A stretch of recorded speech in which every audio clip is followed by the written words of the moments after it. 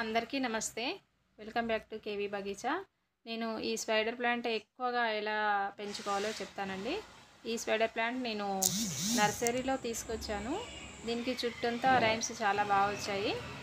ఇది మనం ఎక్కువ పెంచాలంటే వీటిని వాటర్లో కానీ మట్టిలో కానీ వేసి పెంచొచ్చండి. ఇవి ఇంకా ఈ బంచ్ ఇది విరిగిపోయింది. దీన్ని పడేయకుండా మనం ఎలా పెంచుకోవాలో చూపిస్తాను. ఇది నేను వాటర్లో వేసాను, ఒకటి మట్టిలో కూడా వేసాను. మట్టిలో వేసిన వాటికి చాలా ఎక్కువ టైం పట్టిందండి, వారం రోజులు అలా పట్టింది. ఇదైతే 5-6 డేస్లో వచ్చేసింది. 5-6 డేస్లో వాటర్లో వేసిన 5-6 డేస్కి రూట్స్ వచ్చాయండి. ఇది రూట్స్ ఇలా వచ్చాయి, చాలా బాగా వచ్చాయి వీటికి. వీటిని మనం విడివిడిగా ఒక్కొక్క ప్లాంట్ కాడ కట్ చేసుకొని మనం వేరే వాటిలలో వేసుకోవచ్చు.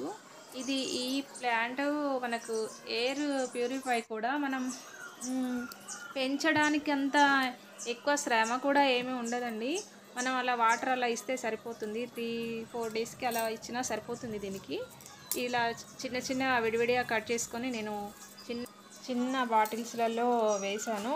ఇవి ఇంట్లో అలంకరించుకోవడానికి కూడా అందంగా ఉంటాయి. ఇవి పెట్టుకుంటే దోమలు కూడా రావని ఇలా చిన్న వాటిలలో పెట్టి నేను ఇంట్లో పెట్టుకోవడానికి ఈ చిన్న బాటిలలో వేసాను. వీటిలో మట్టికి నేను ఒక భాగం ఇసుక, ఒక భాగం ఎర్రమట్టి వేసాను. వీటికి కంపోస్ట్ అలాంటివి కూడా ఏమి అవసరం లేదండి. నేను ఇలా చిన్న బాటిల్స్లలో పెట్టాను. నేను పెయింట్ చేసి వేసిన బాటిల్స్లలో వేసాను. ఈ స్పైడర్ ప్లాంట్ ఉపయోగాలు ఏంటంటే, మనకు ఎయిర్ ప్యూరిఫై చేస్తుంది, దోమలు రాకుండా కాపాడుతుంది, మనకు ఇంటికి అందంగా ఉంటుంది.